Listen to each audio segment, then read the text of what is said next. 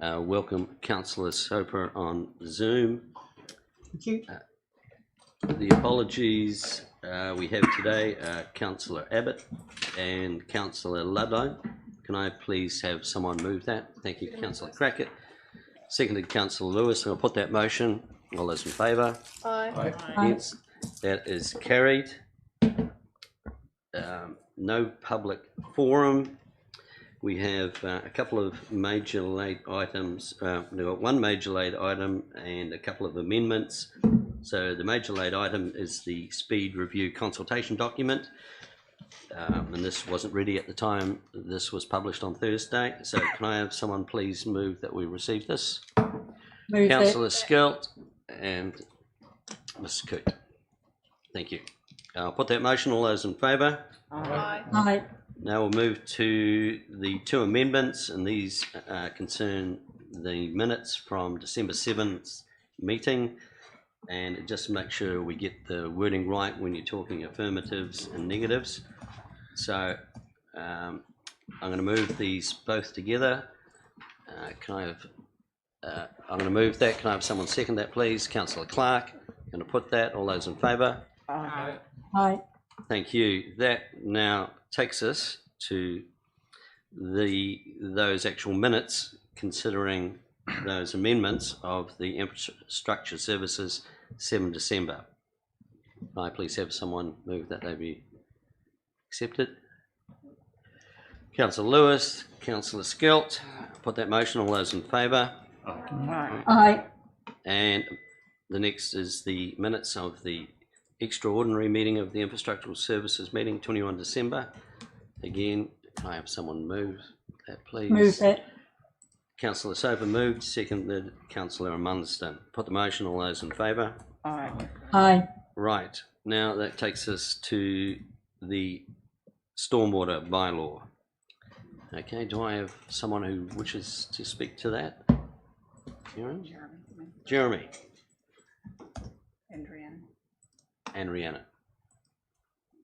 And Hayden. Right.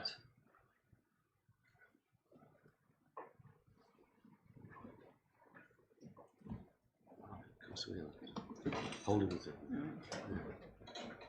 Microphone over there. Handheld. You was me.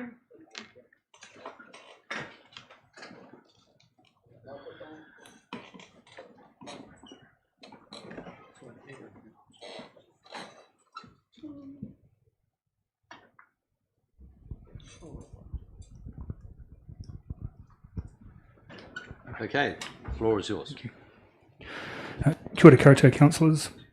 Currently, You may remove your mask if you wish to talk to me. Currently, the ICC does not have effective measures or controls to support the improvement of Invercargill stormwater that discharges into our rivers and the sea. We have a discharge consent from Environment Southland that requires council to improve the quality of the stormwater over the period of the consent, and this bylaw will enable council to address this condition. We do not envisage this bylaw will have much of an effect on the vast majority of the ratepayers of Invercargill. If the bylaw is adopted, new construction will be required. New construction will be required to think about stormwater discharge and treat it, if necessary, before it makes its way to the council networks. It is anticipated some existing commercial and industrial sites will need to complete some remediation on their sites to mitigate the discharge currently coming from their properties. Council was planning to consult with the public from 04 Feb to 07 March. Council will use broad engagement methods to reach a wide audience. The primary focus will be on those who will be more greatly affected, which are the industrial and commercial sites. Council plans to engage with them directly and utilise webinars, which has proved to be popular with the sector in the past. Hearings are planned for 22 March, deliberations on 05 April, with the council meeting on 26 April to decide if it will be adopted. If adopted, it is proposed to come into effect on 01 July 2022. We're now happy to answer any questions that the council may have. Look, my first question, it's with Three Waters. Now, if the bylaw becomes active and the three water entity takes over, do they then own the bylaw, or does it sit with council? So who then enforces the bylaw? You know, because they basically take over the $367 million worth of stormwater assets we have.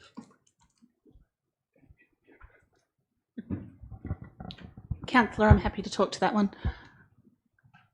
I think we're all working through exactly what the transition measures will be once any new Three Waters entity comes into place. What we're focused on doing is making sure that we've got, frankly, our house in order so that we can hand it over in the best possible scenario to those new entities. Look, my expectation is that they would probably pick up any reasonably recent bylaws, rebadge them, put them through their process, and they would become those of the new entity, and then that they would look to review those over time. But those are matters that we will have to work through. That being said, though, it will be impossible for the new entity simply to enforce our bylaw. Right, okay. Questions? Councillor Clark. Yeah, just as a follow-on from that, certainly the three water new entities are taking over the three areas, including stormwater, but they've signalled that post their new entities coming into play on 2024, that stormwater doesn't have any conditions around at this stage. They're going to take over the operation, but it's sort of out in the future by 2 or 3 years. It's an area that they haven't worked on yet at government, and I just wonder whether there's any cost to us to develop this bylaw. Are we going to have ongoing costs till the new entity picks up stormwater? And if they are, what happens if we've over-invested in the standards that they subsequently create, which could be 2024, 25, 26 onwards? And are we jumping in early where other councils aren't, given that the new entity has a cross-subsidy impact? Look, I think the team would say that they aren't going to an excess in terms of the regime they are creating around the stormwater bylaw. It's really around what we've been asking people to do for quite a while, but we've really had no teeth to enforce those people who sort of refuse to do the right thing. The other piece around the new entities and the new reform package is Te Mata Arawai. And although they aren't going to be, I guess, taking responsibility for setting the enforcing the standards around stormwater, they will be taking a much stronger view of making sure that regional councils are putting in place a good regulatory regime and that they are enforcing that regulatory regime. I think most regional councils around the country haven't been particularly proactive in that space. They are starting to be more and more. When we do have an environmental incident, and they are inevitable, nothing works perfectly 100% of the time, we need to be able to say that we've done everything that we reasonably can do to protect our environment and any effects of our network. And this stormwater bylaw is very much about making sure that we are taking all of those reasonable steps. And don't disagree with any of that. Just want to be clear that as a council, we won't incur costs. The cost will be on the commercial and industrial ratepayers who will then have to comply. That's right in terms, however, we will have some costs in terms of monitoring and enforcing that. Yep, that's fine, thank you. Ms. Good. As we have a discharge consent, we are the ultimate discharger, therefore we have an obligation to clear up our discharge. So we should be as proactive as we can be, rather than being reactive after an event. If we are going to be good parties within the environment and looking at the Land and Water Forum and the things that they are talking about, we are asking things of everybody. We as a community are expecting better water quality. In order to achieve that, we need to make sure that we as a significant player are doing our bit to make things better. So I think that we invest as a council what gives us comfort within our consent, but also what as citizens does better for the environment that we all live in. And I think to do less than that is to do a disservice to the place that we live. Thank you. Councillor Kidd. Right, Councillor Soper, via Councillor Kidd. Thank you, Mr. Chair. I wasn't sure whether you had noticed. I was thinking I might have to raise an electronic hand. I just wanted to say, to me, it is about good stewardship. And I do note that our staff looked at other councils from the point of view of whether or not they had bylaws, and it would seem the significant portion of our neighbours do have stormwater bylaws. To me, this is all about good stewardship, and I think part of that good stewardship is if we are handing over to the new Three Waters entity, that we hand over as the best stewards we can be. So my feeling is that this is timely. If anything, it may be less costly and more responsible for us to have this bylaw, because I noticed that there have been, I think it's 15 Environment Southland investigations in this last period since we got our consent, and quite a few breaches, about 81 I think. So I'm quite comfortable that we put this out for consultation now. Okay, thank and you. really quite happy to move forward on it. Right, I've just one further question from the chair. Is council squeaky clean with its assets in relation to their potential discharges or catchments into the stormwater system? We're all good. Obviously, we're enforcing bringing in a bylaw that potentially may affect what we do as well. Yeah.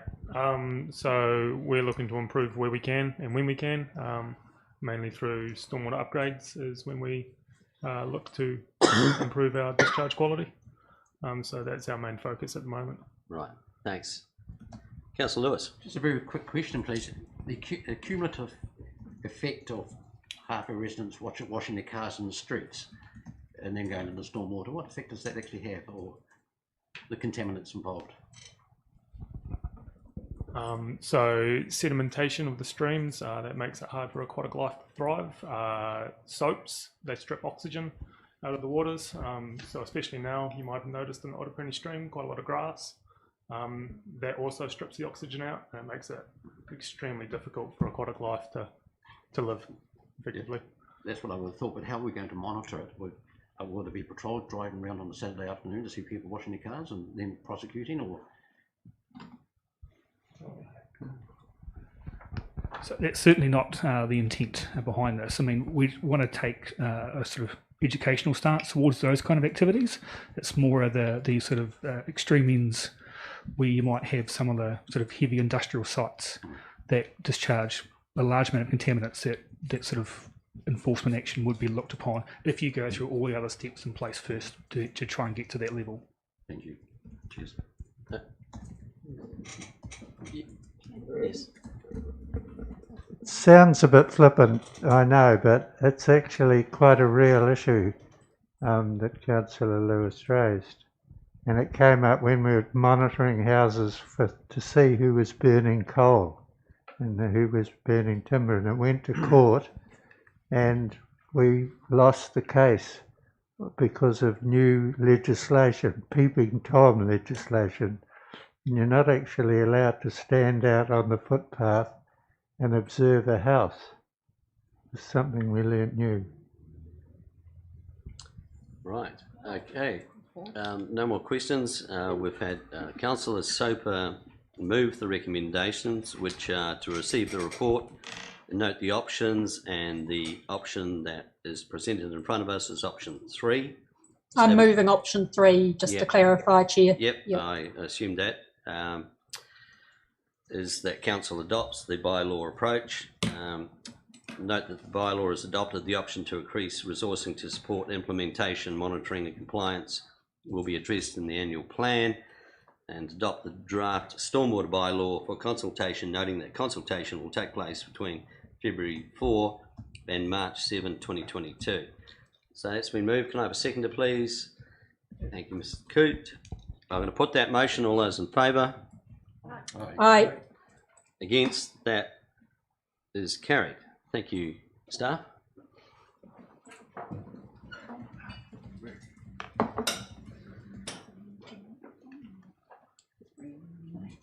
Temporary road closure. Yeah, so He's coming. Was he coming in for speed review? he will do this one, yes. He may, okay. Okay. Calling Russell Pearson to the witness stand.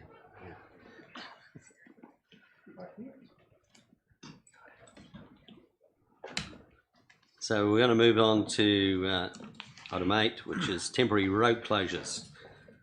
Russell. Thanks, Mr. Chairman, and good afternoon.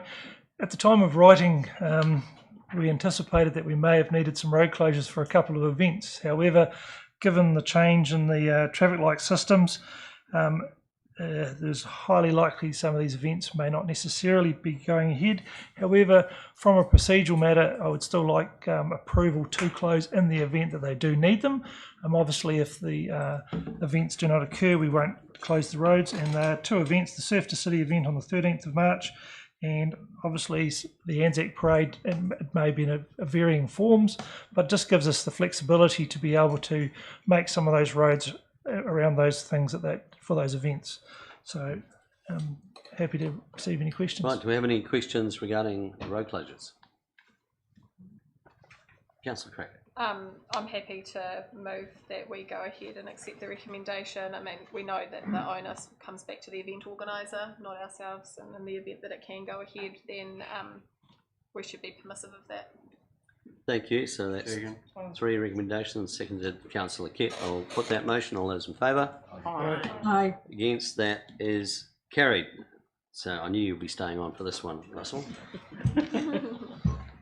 We move now on to the speed review consultation.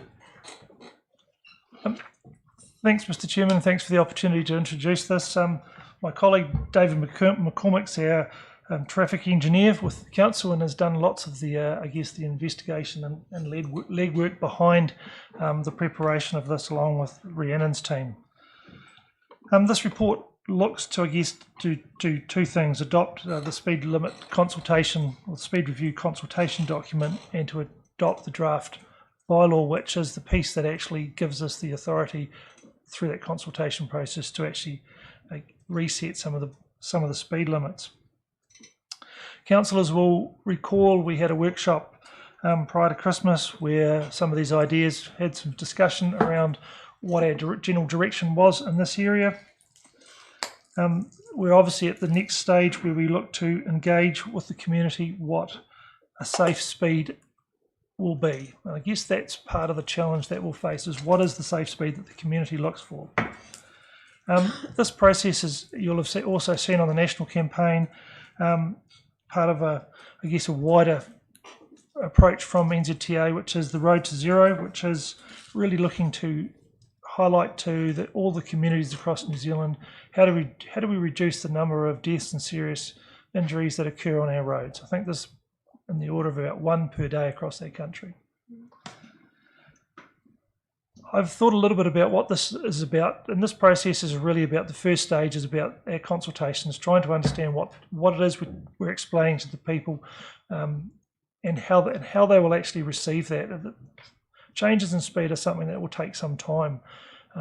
As we've seen with many other significant changes to the way we operate, whether it be the alcohol limits of the past, it takes a little bit of time for people to start to grasp what we were going with this.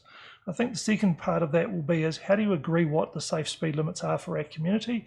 And we may well have to, over time, readdress some of these, because what we've got may be that people want less of them as we go forward. And then as part of that, we then obviously need to go and change them. If we've got new signs we have to put up, we have to go through once we've adopted the bylaw. But the key areas that we see in this report are really the principles, and we've put those in there, so that actually sets hopefully a guidance so people can get a really good grasp about where we want to go in time. Doesn't mean to say we have to get there tomorrow, but it does actually indicate where we want to go for those different types of roads. Obviously there's a piece of change around speed limits around schools, and there's quite strong indication from the government that 30 around urban schools and 60 around rural schools seems to be a real driver. And from lots of talk from lots of industries, it seems to be something that's reasonably acceptable. Speed around schools is something that we all want to deal with. We've also got some speeds that we just need to adjust in our bylaw in the inner city. Obviously, as we change some of those streets are for people type areas, we need to address the speed that we want people to go through there and respect. Then we start to deal with some of our other roads and our urban roads, where over time, this consultation suggesting a 40 kilometres an hour could be our end target. I guess the ideal question is the when target for that. And as we get into a rural sense, we've got two splits, one for unsealed, our gravel roads, and one for our sealeds.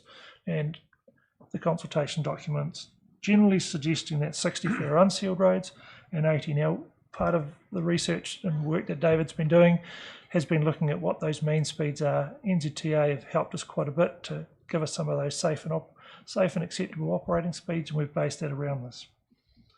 There are also in the consultation documents some minor changes to the roading bylaw, which are just relatively small but are necessary to tidy up some of the other aspects. I'm anticipating we will get lots of feedback, hopefully, on this, because each of the groups who have an interest need to come and talk as part of this conversation, because that's the best way we're going to get through to understanding what it is our challenges are. What we do know is that speed is a contributing factor in most crashes. What we do know, the faster you go, the bigger the mess. And what we do know is that we want to reduce our number of deaths and serious injuries. Rhiannon is hiding somewhere, hopefully, behind us, and she would like to have a wee discussion about the consultation process.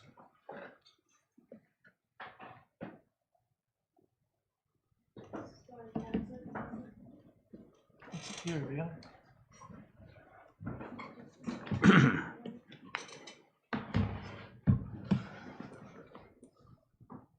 Yeah, just probably to draw your attention to, as Russell says, we do anticipate that this one is going to be of high interest to the community, and therefore we've put together the engagement plan to provide a range of ways for the public to engage.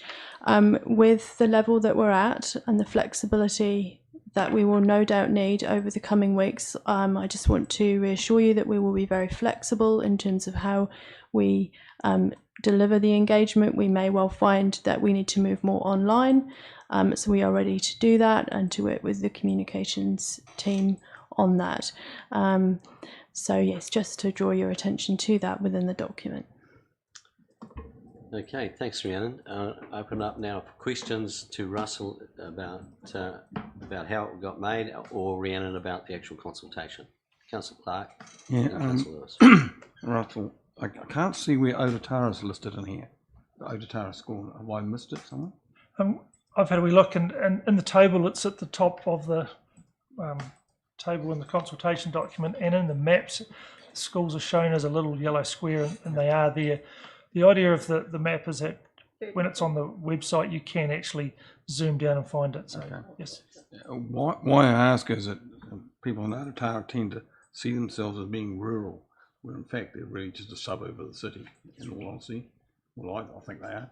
And so there's an expectation that they have greater speed limits out there. Some of them are 80 k's on the back streets, which is just ludicrous. It really is. Leading into an area that's around a school, just absolute madness. Just to share an experience, I went through Nelson recently. And for those who know Nelson, the Rye Wongamara valleys that lead into Nelson from Blenheim, from the Blenheim end, have dropped their speed limit down from 100 down to 80, right across that area, and in some cases down to 60. And major double yellow lines, but just tens of kilometres all the way through. And I spoke to one of the first responders recently, and they said when they changed it, they got a lot of negative feedback, a lot of, as you rightly suggest. But since then, they've had no serious accident and no deaths on a stretch of road that had lots of serious accidents. So, you know, we will have a struggle of trying to get people's mindsets down. I guess the other issue is I get a lot of people who say to me, oh, if it's 100 k's, you can do 110, 120 is okay, it's only 20 over. Well, maybe the margin needs to be 80 and do 10 or 20 over. That's making it much more safe. So, yeah, I think we'll get a lot of feedback on this. So, Mr. Chair, on page 86, the Otara school's listed first, and that's actually intended to be a 30k speed limit. So that's probably something that the Otara school, we've had numerous discussions with them, and they'll be quite enthusiastic about. And we're proposing on most of those schools for them to be variable speeds. So what that means is that those speed limits will only be on when the school is, I guess, active. So it'll be in the morning and the afternoon. So you won't necessarily be slowing the traffic down at all times. But that's a different sign. So while we're on that topic, this is quite a key one. Are we going to have those flashing red ringed sort of indicators that will be on during that time period? That is the current proposal, to have variable speed. What we're looking at is putting those sorts of signs on the principal exit to the school, and some schools have 2 and 3 places you can get out. So I guess it's to work with the schools to actually understand how that will work, rather than having fixed signs up. So. Right, Councillor Lewis. Thank you, Chair.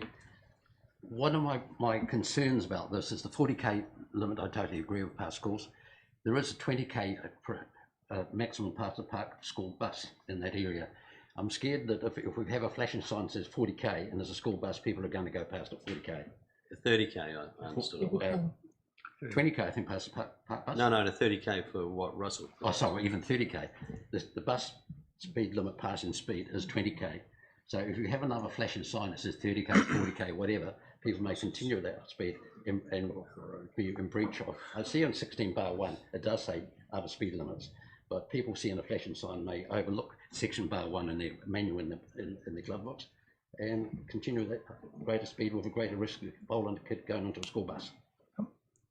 Councillor Lewis has highlighted an issue that has been worked on in lots of areas. Certainly I know in the Canterbury area they've got rural areas where passing a school bus on a rural road is really quite complex when people don't realise it is 20k's. And I know they have been also trialling a flashing sign on the back of the school bus. But you are correct that we don't want to confuse the travelling public too much. So hopefully the flashing 30s outside schools will be a good sign for a long period of time.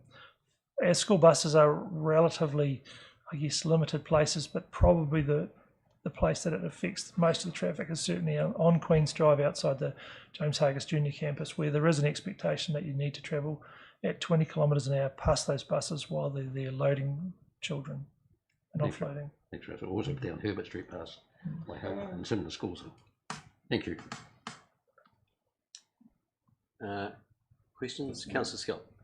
Just thanks, David and Russell, Rihanna, for the work that's been done, and also the workshop we had was illuminating, if not disturbing, the workshop in the sense of the stats that were provided to us, without a shadow of a doubt. And I think we need to take some leadership and actually some urgency and priority over this as a council going forward. One of the questions for you all is that at that time of the workshop, with the timeframes, Russell, around the possible implementation going forward. It was my concern at the time, and still is, that through process and consultation, it may be very elongated to actually get some movement on this particular issue. We heard, tomorrow, for me, tomorrow is too late for any loss of life, to be honest. It has to happen today. In fact, yesterday is too late, is where I'm sitting with you. So, and I know it's an involved process, but perhaps you could flesh out for us a little bit more expectation around timeframes that we could at least begin to work towards, David, or expectation you may have around that, without pushing to put you on the direct spot, that's all. So I can talk about the schools. So the schools one's the easy one, and the easy one that we can talk about. So the schools in the document, it talks about within the next 3 years. So with our roading maintenance funding that we've got, we'll be looking to go through those over the next 3 years with the schools. And then also for our city centre and suburban shopping streets, it talks about between 2022 and 2023 in the document. Hopefully that's easy to hear me. And then I do believe it talks about for all of the sealed and unsealed roads, so the high speed, high risk ones, that's going to be implemented in the later part of 2023. And then the urban roads that we're looking to the 40s, that's the one that we need to understand from the community. If the community are ready for that, it would again come down to resourcing and stuff, but we would look to do it probably just after those rural roads, because they're the big winners with the high speeds and the high risk. So that would be looking in 2024 if the community was to buy into that 40, but we're not sure whether they will be just yet. So just could I ask a further question? Yeah. So David, just from that, is the funding part of the model the key to the progress of pushing it forward after consultation, obviously? So is that a critical pathway, the funding? Yes. And if it is there any way that we could expedite that from a council's perspective? Mr. Chair, that we have funding for, as part of our Road to Zero, which is part of our NZTA subsidised program, available for us to certainly do the school signs over the next 3 year window, plus the signage.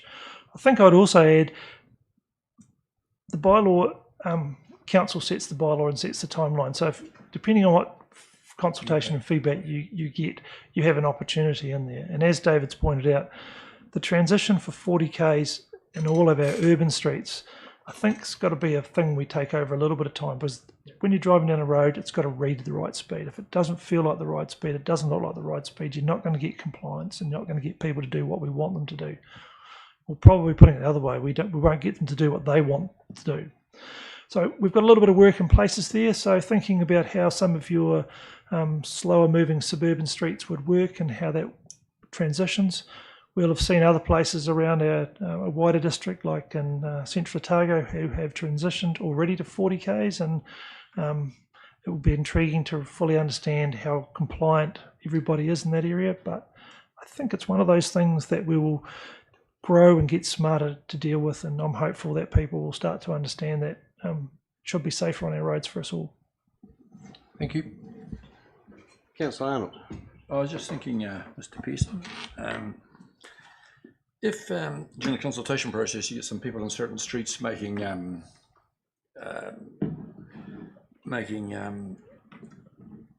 comments on particular streets, like the numbers that you've got written in the document, are you open to people perhaps saying, well, hang on a minute, I don't agree with that one, that particular one, and that one there will go from that road there from say 60Ks to 80Ks. Is that part of the process, or is this it? So I'll take that one. So yeah, absolutely. The opportunity for people in this consultation process is to provide specific feedback in addition to the feedback as to whether they feel you've got the speed limits right. So that's why the submission form, both online and in the hard copy, has the space for people to write, because we anticipate that those people that have local knowledge of specific areas may want to make suggestions in addition to what council has proposed or differently to what council has proposed for a specific road. So we are ready to do the analysis on all of those submissions to help you then make the decisions that will go into the bylaw. Will that be explained in the consultation document? Yes, so it is explained within the document, and it will be explained within the online form and the web resources that will go with the hard copy document. Thank you. Okay, thank you. Further questions? Yes, Ms. Cook. Is there any thought that if the public in general seems open to those high traffic, high risk areas, for example, Windsor Street or Ellis Road around New World, South City shopping area, if there was an appetite to trial how it goes without prosecution but education sooner rather than later, so without too much delay? I think you could manage that in two ways. You could actually set a speed and then review it. As we know, setting of temporary speeds is an interesting beast, and we would need to have one of the reasons that's permitted in the traffic control devices rules to actually be able to set a temporary speed limit. But both those things are quite capable of being done. So.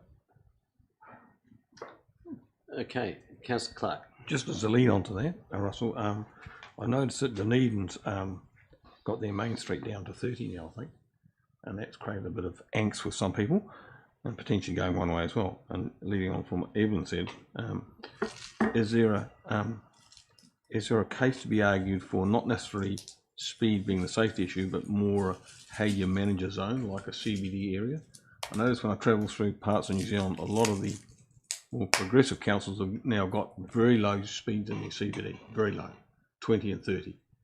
And so maybe part of our pitch to our community is to show that this is not Invercargill, we're just going out onto a bit of a limb here, that other councils are doing this as well. So that they're factoring in pedestrian risk as opposed to vehicle versus vehicle. Absolutely. So that's in a way why we are talking about both the CBD and the suburban areas, to show that yeah, absolutely there's cities throughout the country that are just slowing it down for that pedestrian movement. So. Okay, I have a question regarding the actual attached report. It's concerning there's a paragraph there under the speed review, and it's entitled Council Proposed Speed Principles. Now, what it says at the end of that is, over time, Council is proposing to work towards 40k speed limits in urban areas and 60k speeds in rural areas. Now, are we going to end up in a place where you're driving down Queen's Drive at 40k past Queen's Park, and you're going to be driving out in a rural area at 60k, and that's it? Without, because what I read at the first part of this report was that it's going to be a science-based speed limit for the nature of the road, its use, and but reading that paragraph, it looks like it's just going to be everything's 40 in town, everything's 60 in rural. So, Mr. Chairman, I guess I would respond to that in that your residential streets, our target is obviously the 40Ks where people can live and do that. Some of your other transport routes, there is still that ability and an expectation that those streets will be at a speed above 40, probably 50. But I think that's part of, for instance, the Queen's Drives, and you want to balance to make sure your city operates satisfactorily against it being safe. And those streets where you have high speeds, you need to make sure the safety has actually got the appropriate widths, got the appropriate lighting, the surfacing. All of those things are things that will contribute to that greater safety. You may well, at some of the intersections, like your traffic signals, where we do have at times people who don't follow the traffic signal colours, you may well put platforms in there to change people's nature of how you deal with it, and that's quite a common feature, to have small bumps into those as a platform. So I think you would deal with the rest of your engineering to manage that 50Ks where you do it. Okay, any further questions? I've just got one for Rhiannon, actually. It's about the actual document itself. On the page there where you put your name and address and everything, it's got the symbol of a traffic light. Now, during the current environment, the symbol of traffic light means total confusion. Should we have that there? Just going to look at the context, Councillor. It's just the picture of a traffic light. I'm just, yeah.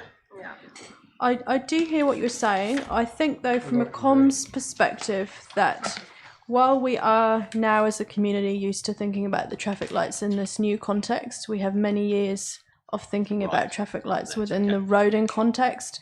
So I think that we are okay, that there won't be confusion on this circumstance. That's good. I appreciate that.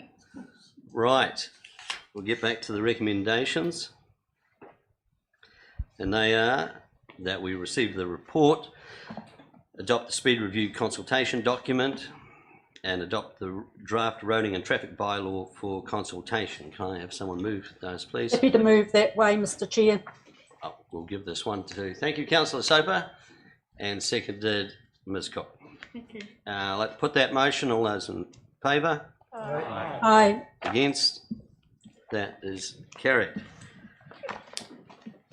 Right, we have the activities report. I'll kick that one off, Chair. I think we're slowly starting to get used to the format of this report. So again, it's a report of two parts, leisure and recreation and then infrastructure. I'll hand over to Steve Gibbling to talk to the leisure and rec portion of the report and answer any questions, and then we'll pass back to myself for infrastructure. Steve. Thank you, Welcome, Steve. Erin, Mr. Chair, councillors, Your Worship. Thanks very much. Just a couple of points. Just want to draw your attention to in this report. The team in the Parks and Reserves area are undertaking the Sandy Point master planning exercise, and that's developing the future operating options through both a combination of staff and external engagement. And this will be a process that we'll be bringing back updates to this committee over the next couple of months. But obviously Sandy Point's quite a large domain. It's a big part of our parks network and is quite a significant asset that we look after. So we'll keep you abreast of the progress there. You'll also have seen quite regular posts about the Kiwis Choice Award for Queen's Park. So firstly, I hope you've all got your vote in. You've got until 5 o'clock tonight. We're also have undertaken the New Zealand Gardens Trust assessment as well, and we hope to be announcing both the results of the Kiwis Choice and the assessment on whether or not Queen's Park retains its Parks of National Significance status, hopefully within the next week or two. So again, we'll let you know the results of those. Probably the only other point I'd wish to draw your attention to is the great partnership we've developed with the YMCA around our lifeguarding school. Now, not only has this helped Splash Palace with some of the employment pathways around getting our young people employed and engaged and working on poolside, but critically, even if the people who have gone through that program haven't got employment at the end of it, some of them don't want it, they have picked up some amazing life skills and life-saving skills in particular. So we're really grateful to the partnership we've had with the YMCA. We think this is quite a unique program in the country, and pleased to say that I think the next program is running out later this month and has already had quite a lot of interest. So again, we're looking forward to seeing those types of partnerships grow, but happy to take any other questions. Okay, do we have questions for Steve? Councillor Clark. Yes, Steve, I've already signalled this. In the last report we got, and in this one as well, there's no mention of the work being done on Anderson House. So it would be helpful to know what progress has been made towards that. I've been out there, it's looking pretty sharp. And the other thing, I guess, for the community is that people have an expectation that once we've finished that earthquake strengthening and the watertight facilities and removing the chimneys, that it'll sort of be open, but that's not the case, is it? Look, I think I can answer the first part about the work we're doing with the Anderson House Trust, and then I might pass to Erin for an update on the progress of the actual capital program. But probably 2019 or earlier, Council ran an expression of interest process and agreed to engage and further explore the opportunities with the Anderson House Trust. Manager of Venues and Events, Richard McQuarrie, has been engaging with the Trust members on progressing what use looks like for that facility once the capital works have been completed, and they're now doing due diligence on a draft lease and agreeing terms. You are right that this is not going to be entirely open to the public from the day that capital works are completed. We will be bringing back an update on what that actual use looks like, but again, we are partnering with the Trust and we're giving them time to figure that out as much as we're supporting them. So Erin, do you want to give an update on the capital side of it? Thank you, Steve. So in terms of those projects that are actually, I guess, into construction within our roadmap to renewal through our project management office, those are reported formally through our Risk and Assurance Committee. Sorry, I'm getting some feedback. So that was reported to Risk and Assurance in December. The Anderson House project, though, is currently still remains on track for completion in April this year. Are you happy with that, Councillor Clark? Yeah, just one question further for Steve, and I'm not trying to be picky on this, but a lot of people don't understand. If we can just explain a bit more about the relationship that we've got with the Trust, and who owns the building, and what options are available out there, because I remember the trust saying not too long ago in the media that they didn't see any sort of art collection type need for the building for the next couple of years. They were sort of a little bit stuck. And I know around this table we had quite a bit of discussion about what potential uses there could be: boutique hotel, events, weddings, and the list was quite extensive. And I just wondered, once we've got the work done, where we go. Are we solely reliant on engaging with the trust? Are they the partners in this, or is there something that we could be doing to attract, I don't know, live artists or something, or people doing glass blowing or whatever, something that could be opening up the building and have an interest in design? Because it used to be just art, but I understand that the art people don't want to go back to that.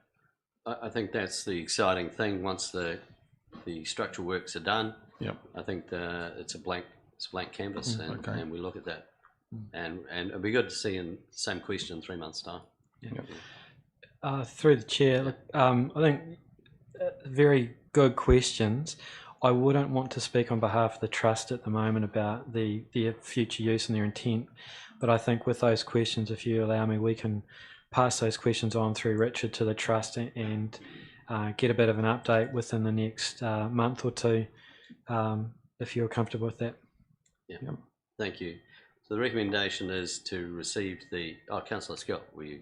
Oh, yeah, thank you, through you, Chair. Just a quick thanks, Steve, for the comprehensive report. Just perhaps a quick update re Civic Theatre, Scottish Hall and usage, and under how we're tracking with the red light situation. Yes, Councillor, so that we've got the numbers for those coming to next week's Performance Policy and Partnerships Committee, but in terms of, I guess, general operations across, we're following the COVID framework at the moment, and we're putting a bit of effort into making sure that as many of members can attend our facilities as possible. And just to follow out of that, just with the staffing and the mental health with cancellation of events and venues and so on, how we obviously that is becoming an issue, perhaps? Yeah, I guess everyone's in the same boat in that regard around managing the implications of the red light setting at the moment. The team, I think we're quite grateful with our team are fairly focused on providing as an efficient and effective service as we can. And that's actually, I think our team are doing actually pretty well in that space. We are helped in certain areas, and Splash Palace are doing a great job in that regard around making sure we're keeping our facilities clean, safe, and getting as many young people and older people through those doors as we can. And we are starting to see the numbers are tracking up. With a bit more certainty and a bit more stability, we are seeing those numbers rise slowly. But from an event point of view, those limits are now under red light. They are putting pressure back on that event sector and the venue management sector in particular. Thank you. Thank you. Yes, Councillor Lush.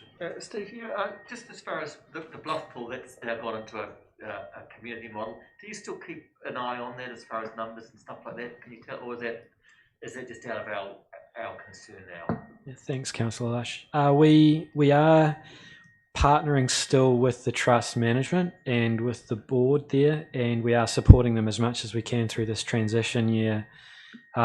We aren't keeping a direct tab on the weekly numbers like we would have had we been operating it, but we will be expecting a report at the end of their season on how they went.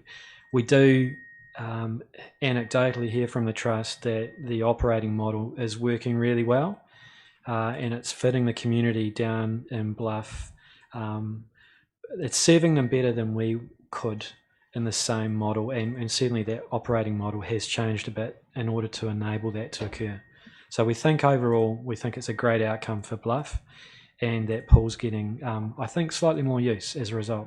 And that certainly would be the feedback from the community. I think there were some hiccups with some stuff over the closures with chlorine or something, but it seems to be resolved, I think. Yeah, and I guess that's part of that transition year where we're changing systems and changing processes and implementing a new structure is always exciting, but that's where our team at Splash Palace have still been working quite closely with the team at the Bluff Pool, and I think it's gone relatively well so far. Okay, thank you, councillors. We're going to now, I'm going to move that we receive the activities report. Can I have someone second that, please? Thank you, Councillor Scull. Were there any questions on the infrastructure portion? No. Going to put that motion. Going to put that motion. All those in favour? Aye. Yes, that's carried. Now that takes us to the public excluded part to receive the minutes of the December 7th public excluded minutes. I'm happy to move those. You move those? Maybe a second. Second. Put the motion. All those in favour? Aye. Right. Receive. Thank you, the press. And I now declare the meeting closed.